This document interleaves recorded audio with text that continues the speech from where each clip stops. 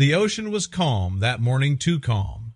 The kind of calm that makes seasoned Coast Guards instinctively uneasy. As the crew of a coastal patrol vessel cruised along their usual route, something on the horizon disrupted the endless blue. Before we continue, please take some time to subscribe to Dailydose, like, and share this video. A strange metallic blue boat floated in silence, drifting without motion, without signal, and, most unnervingly, without showing up on radar. For a moment, the crew questioned if they were seeing things. Boats didn't just appear out of nowhere, not ones that seemed to swallow the sunlight and blur into the waves like camouflage. The captain narrowed his eyes and double-checked the radar screen. Still nothing. The vessel wasn't there at least not digitally, but it was undeniably present, looming larger the closer they approached. Unease turned into alertness. The shape of the boat was strange, the color unnatural, and there was an eerie absence of windows or markings. It didn't look like a fishing boat or even a private vessel. It looked like something out of a spy movie. As they drifted closer, a decision had to be made: investigate or leave it alone. But this was their jurisdiction, and something felt off. The captain called out two names, Brendan and John. Both were seasoned guards, familiar with ocean mysteries, but even they exchanged a quick, uncertain glance. They knew something was off, but orders were orders. Pulling up alongside the blue vessel, the team quickly realized something even more disturbing. Despite their best efforts, the strange boat refused to be pulled in. It was as if it was bolted to the sea itself. Strangely, their own vessel started drifting toward the blue boat, instead like something was pulling them in. "This is no ordinary ship," the captain muttered under his breath. "This is just the beginning." With adrenaline masking their hesitation, Brendan and John climbed onto the blue hull. The metal was cold, unnaturally so. They crept toward a small hatch near the towpone of the few access points visible. Looking through the narrow glass frame, they saw nothing but darkness. No crew, no lights, no movement. "We need to open her up," Brendan whispered. With a sharp creak, the hatch gave way, revealing a ladder descending into pitch blackness. The men paused. A choice lay ahead: descend into the unknown or leave without answers.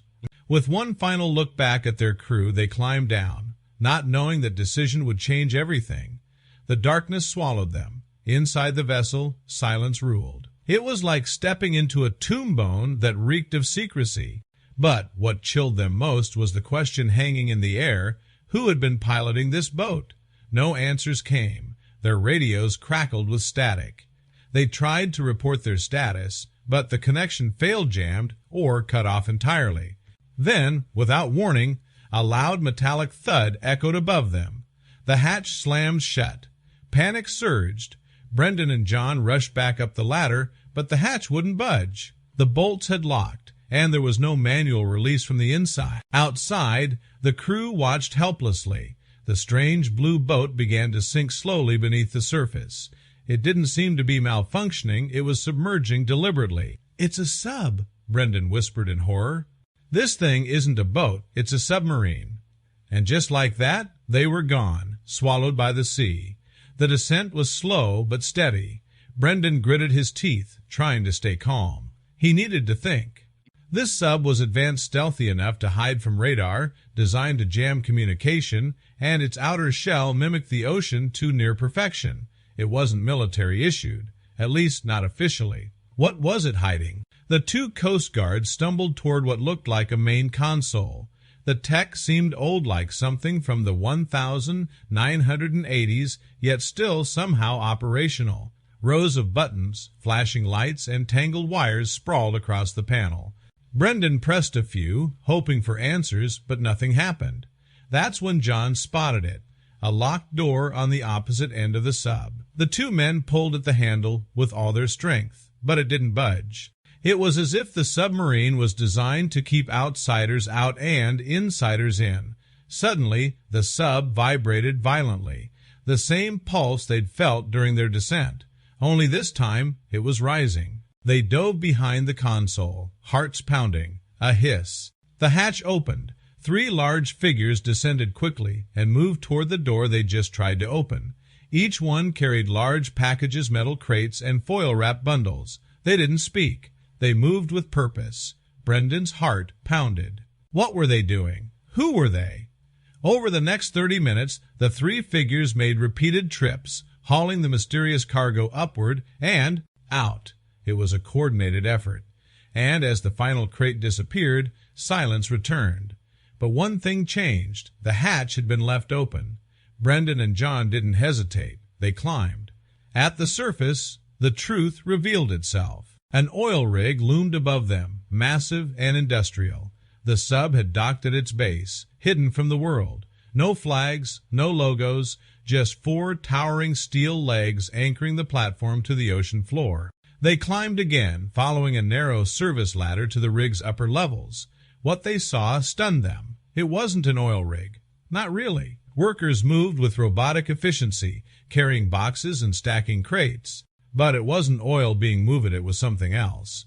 Brendan and John crept along the catwalks until they spotted the center of the operation, a man in his 60s, well-dressed and surrounded by muscle.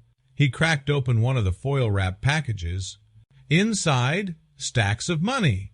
Another was opened with a blade revealing a powdery white substance that instantly chilled the Coast Guards. Drugs, tons of them. This wasn't just a rigid, was the heart of an international smuggling operation. The sub was the perfect delivery system, untraceable, silent, and invisible to radar, and they were inside it.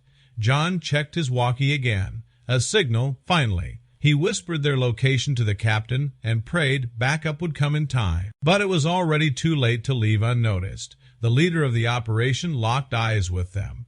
The moment their eyes met, everything stopped. The older man's expression shifted from calm control to sharp suspicion. In one subtle motion, he lifted his hand, a silent signal.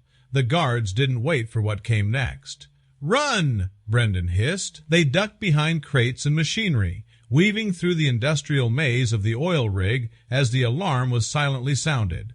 Footsteps echoed from every direction. The air, thick with salt and tension, now carried the danger of being hunted. They didn't speak, relying on instinct and tight, urgent gestures to communicate. The platform, though massive, offered few safe spaces. Security guards armed, burly, and clearly trained began to swarm the area, their radios crackling with activity. Brendan pulled John toward the far end of the platform. "We need to stop the sub," he whispered. "If it leaves with another shipment, we may never get a second chance." John nodded, already understanding. As the criminals converged on the middle of the rig, Brendan and John slipped into the control hub located under the main tower. The interior was dimly lit, and the air inside was cooler, almost clinical. Rows of old screens monitored rig activity. They looked outdated, but functional.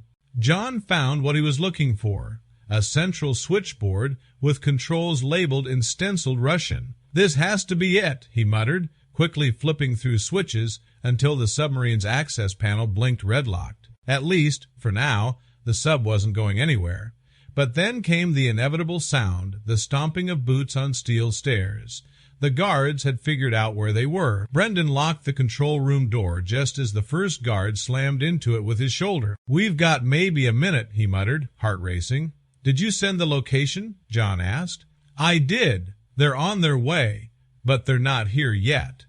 The steel door groaned under the weight of multiple hits. They knew they couldn't hold out much longer. Then, in the distance faint, at first came the distinct sound of helicopter blades cutting through the wind. Brendan and John exchanged a look of relief. Reinforcements were coming. Outside, panic erupted on the platform. The criminals scrambled, some attempting to lower crates back into the sub, others trying to wipe down surfaces or run toward escape vessels. But it was too late. Within moments, the rig was swarming with police officers, coast guards, and federal agents. Tactical ropes dropped from helicopters. Boats surrounded the platform. It was over. The door to the control room burst open, but it wasn't a criminal. It was one of Brendan's crewmates. "You all right?" he asked, grabbing Brendan by the arm. Brendan and John emerged from the control room to see the chaos under control. Dozens of men were zip-tied on the deck. The well-dressed leader had been detained, and several crates of contraband substances were now evidence, photographed, and labeled. It was a massive bust, likely one of the largest sea-based trafficking operations in recent years. The use of a disguised submarine had thrown off every surveillance net until now. As the sun began to rise over the horizon, Brendan and John stood at the edge of the platform, exhausted but victorious.